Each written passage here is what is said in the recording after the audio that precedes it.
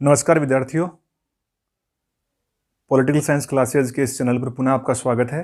और आज एक नए लेक्चर के साथ मैं पुनः आपके बीच उपस्थित हुआ हूं। और मैं समझता हूं कि आज का जो लेक्चर है, आज का जो व्याख्यान है, वो आपके लिए बहुत ही महत्वपूर्ण और रोचक होने वाला है, क्योंकि ये पॉलिटिकल साइंस का एक बहुत ही महत्वपूर्ण अवधारणा है। पॉलिटिकल साइंस, बहुत सारे विद्वान ये मानते हैं कि ये शक्ति का विज्ञान है। और आज हम जिस टॉपिक का, जिस अवधारणा का, जिस कंसेप्ट का अध्ययन कर रहे हैं, उसका नाम है शक्ति अर्थात पावर। तो आप, मैं उम्मीद करता हूँ कि कॉपी पेन के साथ बैठे होंगे, तो आप अपना टॉपिक डालिएगा, शक्ति अर्थात पावर।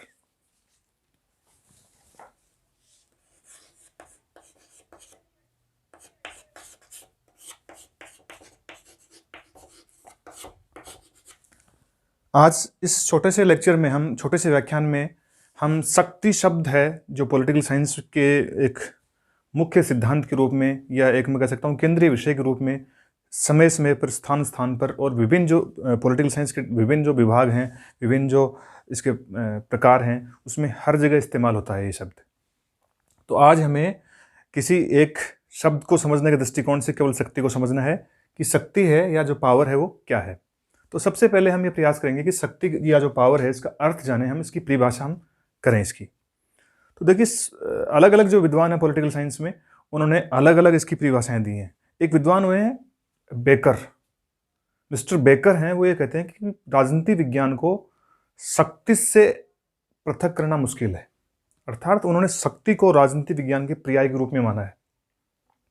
तो हमें इसी दृष्टिकोण को ध्यान में रखते हुए, इतना महत्वपूर्ण कंसेप्ट है तो इसकी शक्ति की जो परिभाषा है उसका निर्माण करना है।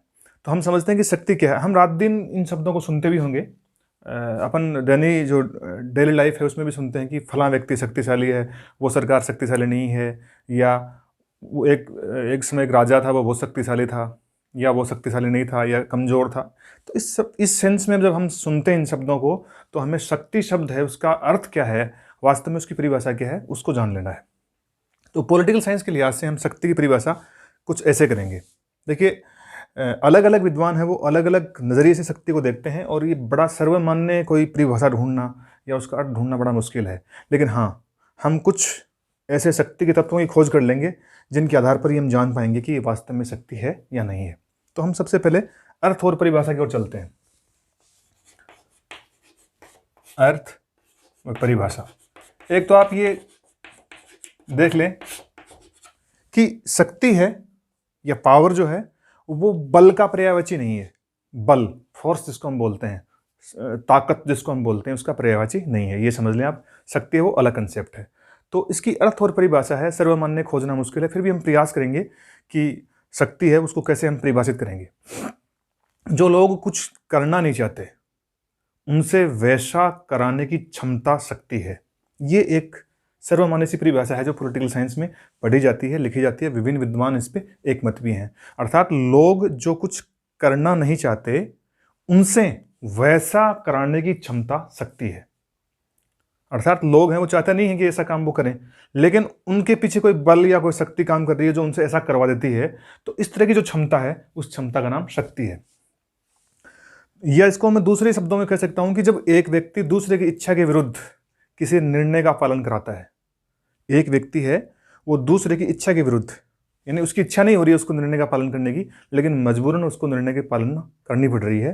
तो जब एक व्यक्ति दूसरे की इच्छा के विरुद्ध उससे किसी निर्णय का पालन करवाता है, तो जो पहला वाला व्यक्ति है वो दूसरे वाले व्यक्ति पे शक्ति का इस्तेमाल करता है। ये एक मोटी कंसेप्ट है। तो इन दो परिभाषाओं को अगर हम देखें, दोनों शब्दों को देखें, तो हम ये पाएंगे कि शक्ति वास्तव में एक स्थिति है जिसमें कोई व्यक्ति अपने लिए या दूसरों के लिए निर्णय करने में समर्थ होता है। शक्ति है वो वास्तव में एक स्थिति बन गई है जिसमें व्यक्ति है वो या तो अपने लिए या दूसरों के लिए निर्णय करने की स्थिति में रहता है। तो निर्णय करने की स्थिति में जो व्यक्ति है वो शक्तिशाली है, अर्थात वो शक्ति का प्रयोग कर रहा है, क्योंकि वो क्या कर रहा है, वो लोग जो करना नहीं चाह रहे हैं उनसे वैसा करवा रहा है, या मैं कह सकता हूं कि लोगों की इच्छा के विरुद्ध उनसे कार्य करवा रहा है। तो वो ऐसी स्थिति में है जब वो निर्णय कर रहा है। तो शक्तिशाली कौन हो गया, या शक्ति किस में निहित हो गई, उस व्यक्ति में निहित हो गई जो दूसरों पर अपने निर्णय लागू कर रहा है, या दूसरों पर अपने फैसले थोप रहा है, या उन पे अपने निर्णयों का दबाव डाल रहा है या निर्णयों की पालना करवा रहा है। ये एक परिभाषा इसकी निकल के सामने आती है। तो मोटे तौर पर अगर हम एक परिभाषा बनाएंगे बिना किसी विद्वान की सहायता के, तो हम ये बनाएंगे, जब एक व्यक्ति दूसरे की इच्छा के विरुद्ध उससे किसी निर्णय का पालन करवाए तो वो शक्ति है। या मैं इसको और भी सरल शब्दों में ये कह सकता हूँ, शक्ति एक ऐसी स्थिति है जिसमें निर्णय का पालन कोई व्यक्ति अपने लिए या दूसरों के लिए निर्णय करने में समर्थ होता है। तो मैं लिखता हूं, आप इसको नोट करेंगे। शक्ति एक स्थिति है, शक्ति एक स्थिति है जिसमें कोई व्यक्ति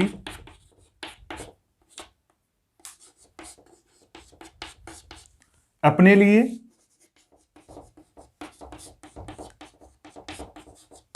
वह दूसरों के लिए, अपने लिए वह दूसरों के लिए निर्णय की पालना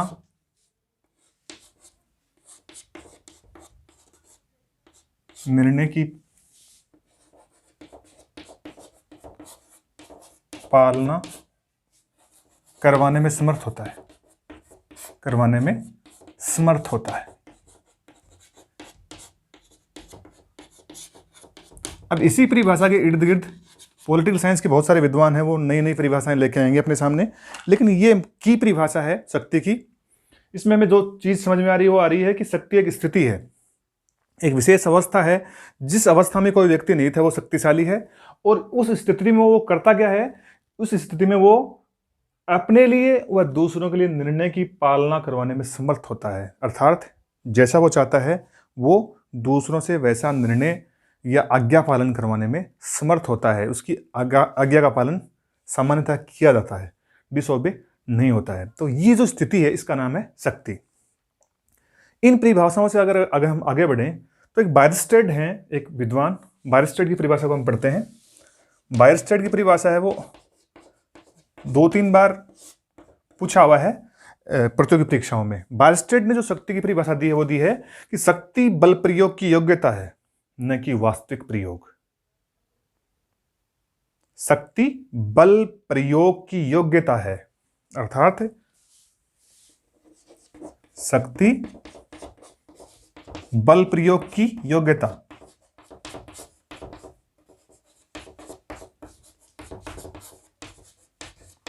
न कि वास्तविक प्रयोग, न कि वास्तविक प्रयोग।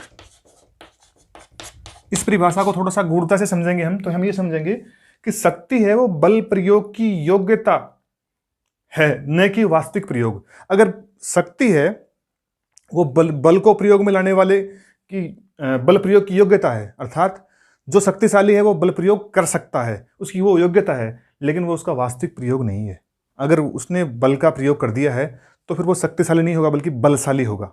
बायरस्टेड ये कहते हैं कि शक्ति है वो बल प्रयोग की योग्यता है, न कि उसका वास्तविक प्रयोग। अर्थात शक्ति का जब इस्तेमाल होता है तो कोई आवश्यक नहीं है कि उसमें बल का प्रयोग होगा ही। शक्ति है वो और भी अनेक तरीकों से इस्तेमाल की जा सकती है, काम में ली जा सकती है। एक परिभाषा तो बायरस्टेड की है जो फेमस है, बहुत सारे प्रतियोगी परीक्षाओं में आई है। एक परिभाषा आर्गेन्स्की की हमें देखनी है और नोट करनी है।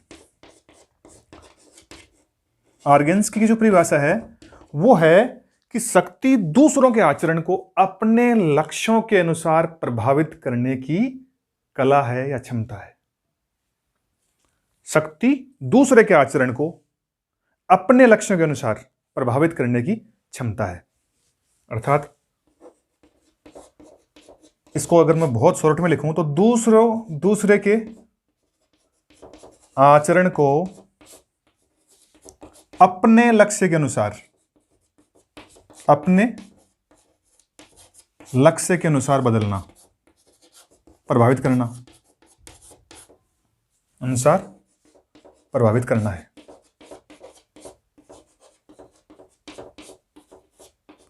ये परिभाषा है आर्गेन्स्की की। आर्गेन्स्की भी देखो ठीक वही बात कर रहे हैं जो हम ऊपर पढ़ चुके हैं। अर्थात हो क्या रहा है यहाँ पे, आर्गेन्स्की ये कह रहे हैं कि दूसरे के आचरण को अपने लक्ष्य के अनुसार, यानी अपना लक्ष्य का मतलब है अपना निर्णय लागू करवाना, अपना फैसला लागू करवाना, अर्थात अपना स्वार्थ पूरा करना। अर्थात शक्तिशाली व्यक्ति है वो दूसरे व्यक्ति के आचरण को या सामान्य व्यक्ति के आचरण को अपने लक्ष्यों के अनुसार, अपने मोटिव के अनुसार, अपने उद्देश्यों के अनुसार प्रभावित करता है। कमोबेश उसको वो निर्णय मानने पड़ते हैं या वो मानता है। तो ये आर्गेन्स्की की परिभाषा है। मैं उम्मीद करता हूँ कि बायरस्टेड और आर्गेन्स्की की जो परिभाषा है वो परिभाषा हमें ठीक से याद रखनी है। और प्रतियोगी परीक्षाओं के लिहाज से सीधा ही पूछा जाता है कि शक्ति की बायरस्टेड की परिभाषा क्या है या आर्गेन्स्की ने जो शक्ति की परिभाषा दी है वो क्या दी है। अब हम जो विभिन्न विद्वान हैं उन्होंने शक्ति के बारे में जो अलग अलग तरह के दृष्टिकोण रखे हैं उन दृष्टिकोणों की हम चर्चा करते हैं कि क्या दृष्टिकोण रखे हैं। सबसे पहले मैं बात करता हूं पॉलिटिकल साइंस को दो विद्वानों ने, कैटलिन और लासवेल, ऐसे दो पहले सिद्धांतकार हैं राजनीति विज्ञान में जिन्होंने शक्ति को अपना केंद्रीय विषय माना पॉलिटिकल साइंस में और शक्ति का विशुद्ध और विस्तृत विवेचन किया। कैटलिन तो स्वयं कहते भी हैं कि राजनीति विज्ञान है ही शक्ति का विज्ञान है। तो मैं कैटलिन और लासवेल की चर्चा करूं उससे पहले मैं डहेल और लासवेल की बात करता हूं। रॉबर्ट डहेल और जो लासवेल हैं, दो अलग अलग विद्वान, दोनों ये मानते हैं कि शक्ति है वो प्रभाव है। ध्यान देना आप, शक्ति है वो प्रभाव है। अर्थात इन दोनों की परिभाषाओं के अनुसार शक्तिशाली व्यक्ति वो है जो प्रभाव पैदा करता है, ठीक है, या उसके प्रभाव से ही कार्य हो जाते हैं। मान लीजिए अगर मैं प्रभाव की बात करूं तो देखो प्रभाव है वो अपने आप में मनोवैज्ञानिक है, साइकोलॉजिकल है। जैसे मान लीजिए क्लास में जो बच्चे हैं वो शरारत कर रहे हैं या आवाज़ कर रहे हैं और टीचर है वो क्लास में घुसा तो सब शांत हो गए। तो टीचर ने वहाँ पे जाके क्लास में शायद कोई बल प्रयोग नहीं किया, कोई धमकी भी नहीं दी, कोई डंडा भी नहीं चलाया, लेकिन हुआ क्या, वो टीचर का मनोवैज्ञानिक प्रभाव है। वो टीचर के आते ही बच्चे शांत हो गए, उनको पता है कि टीचर का काम शांत करना है और अब स्टडी होगी अपनी। तो ये प्रभाव है अपने आप में। तो डहेल और लासवेल ये मानते हैं कि शक्ति है वो प्रभाव है, अर्थात शक्ति है वो हर जगह दृश्य नहीं होगी बल्कि उसके प्रभाव के कारण ही वो प्रकट हो जाएगी। मैं बात कर लूँ अपने एक इंडियन थिंकर कौटिल्य की। कौटिल्य ये मानते हैं कि शक्ति बल प्रयोग है, शक्ति बल प्रयोग है। अर्थात कौटिल्य महोदय शक्ति को बल प्रयोग के दृष्टिकोण से देखते हैं। मैं बात कर लूँ युद्ध की, सेनाओं की, पुलिस की, तो ये जो इस सेंस में कौटिल्य कहते हैं कि शक्ति है वो बल प्रयोग है। अर्थात शक्ति का जिसके पास बल है वो शक्तिशाली है। तो बल प्रयोग की योग्यता के रूप में शक्ति को देखते हैं कौन? कौटिल्य। अब बात करूंगा मैं मार्गेनथाउ और कैटलिन की। मार्गेनथाउ और कैटलिन ये क्या मानते हैं? देखो कैटलिन तो मैं बता चुका हूं शक्ति का विज्ञान मान ही चुके हैं राजनीति विज्ञान को। मार्गेनथाउ और कैटलिन कहते हैं कि शक्ति नियंत्रण है, पावर इज कंट्रोल। अर्थात शक्ति है वो नियंत्रणकारी अर्थ में प्रयुक्त होती है इन दोनों के सेंस में। मार्गेनथाउ और कैटलिन ये मानते हैं कि शक्ति क्या है? नियंत्रण है, कंट्रोल करना, शक्ति नियंत्रण है।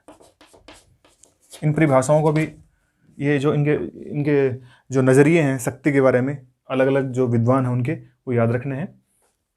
दरअसल में ये जो सवाल मैं आपको बता रहा हूँ ये प्रतियोगी परीक्षाओं में पूछे जाने के बाद ये आए हुए सवाल हैं, वो बता रहा हूँ मैं कि किस विद्वान ने, इस तरह से सवाल आता है कि निम्न में से शक्ति के को परिभाषित करने में सम्मिलित कीजिए।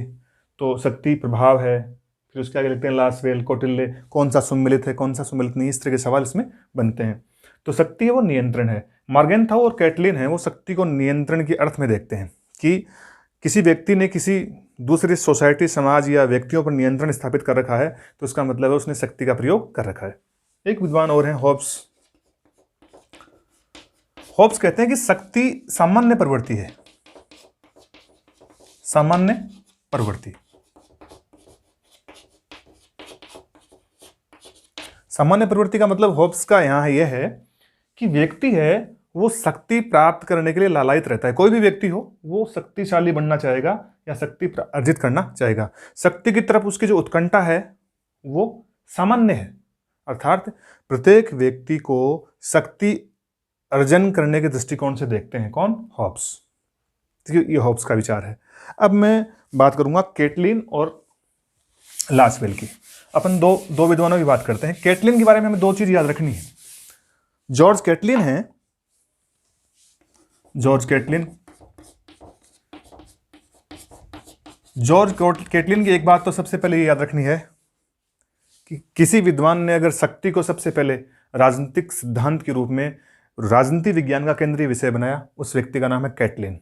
सबसे पहले शक्ति को, कि शक्ति है वो राजनीति विज्ञान का प्रमुख विषय सिद्धांत है, कैटलिन इसको लेके आए। कैटलिन ने ही राजनीति विज्ञान को शक्ति का विज्ञान कहा था। तो एक तो शक्ति का पहला सिद्धांतकार है राजनीति विज्ञान में कैटलिन, और दूसरा इसने राजनीति विज्ञान को शक्ति का विज्ञान कहा। यानी एक तो प्रथम सिद्धांतकार शक्ति का, प्रथम सिद्धांतकार, और एक इसने राजनीति विज्ञान को शक्ति का विज्ञान कहा, शक्ति का विज्ञान कहा। अब मैं बात करूंगा दूसरे विद्वान लासवेल की। देखिए, लासवेल की एक पुस्तक आपको याद होगी, मैंने पहले वाले लेक्चर में भी आपको, वो गेट्स वैन हाउ, वो गेट्स कौन प्राप्त करता है, कैसे प्राप्त करता है, कहाँ प्राप्त करता है, अर्थात उसमें प्राप्त करने की बात जो हो रही है वो शक्ति की बात हो रही है।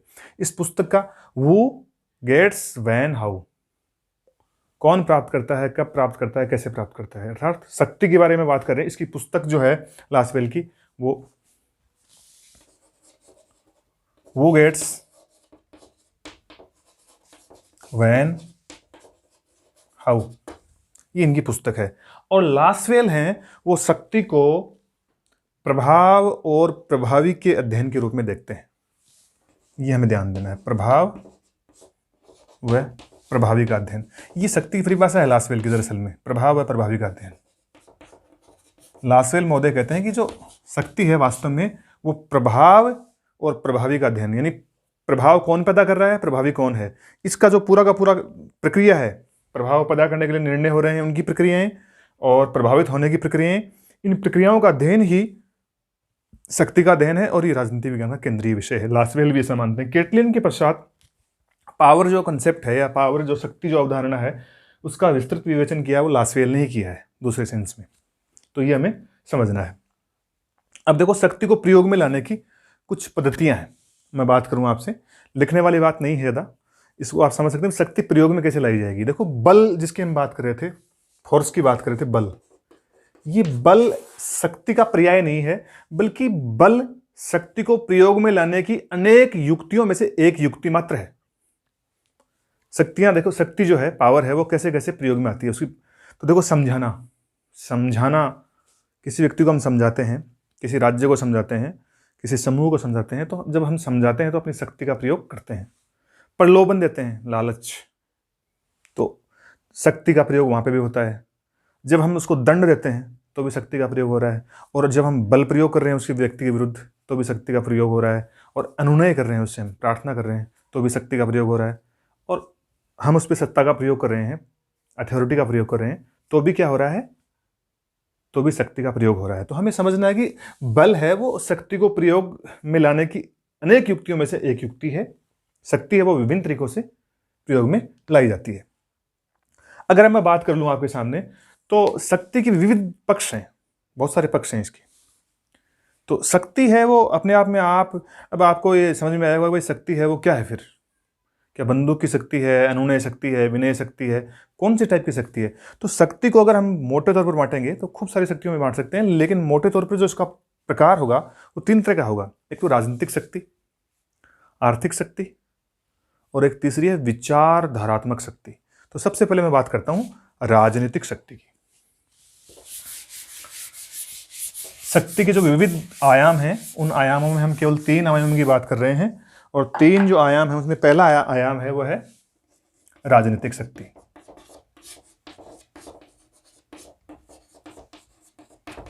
राजनीतिक शक्ति, देखिए इसमें ज्यादा नहीं समझना, आपको इतना समझना है कि किसी भी देश में या किसी भी राज्य में वहां की सरकार,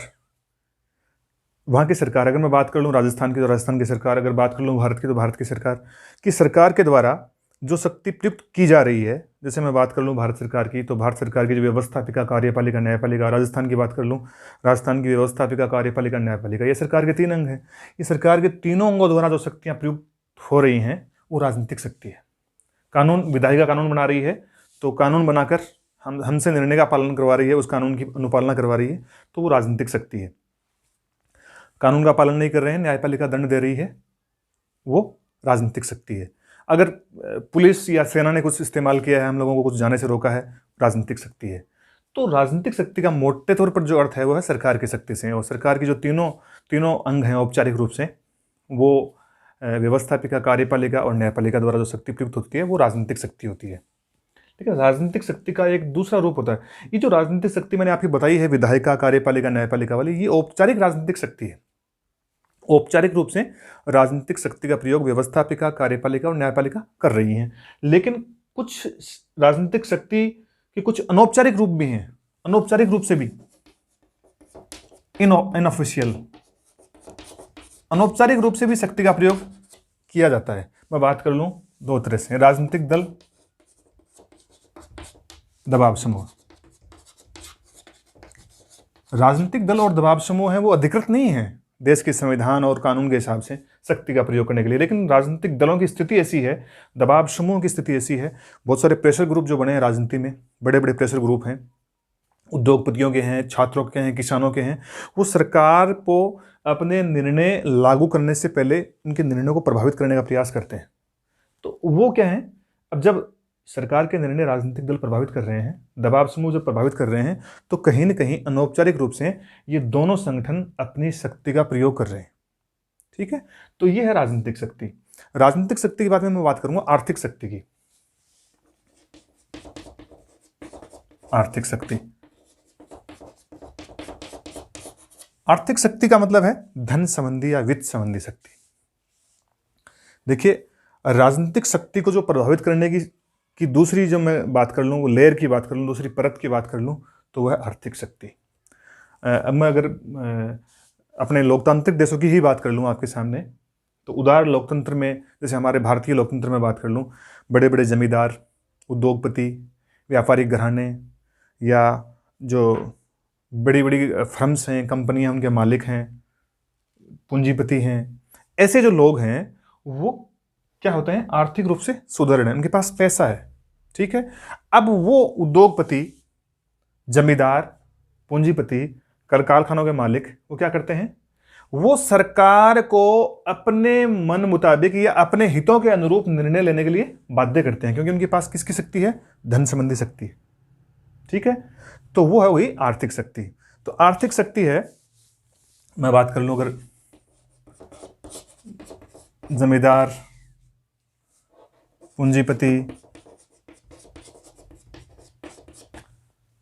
उद्योगपति,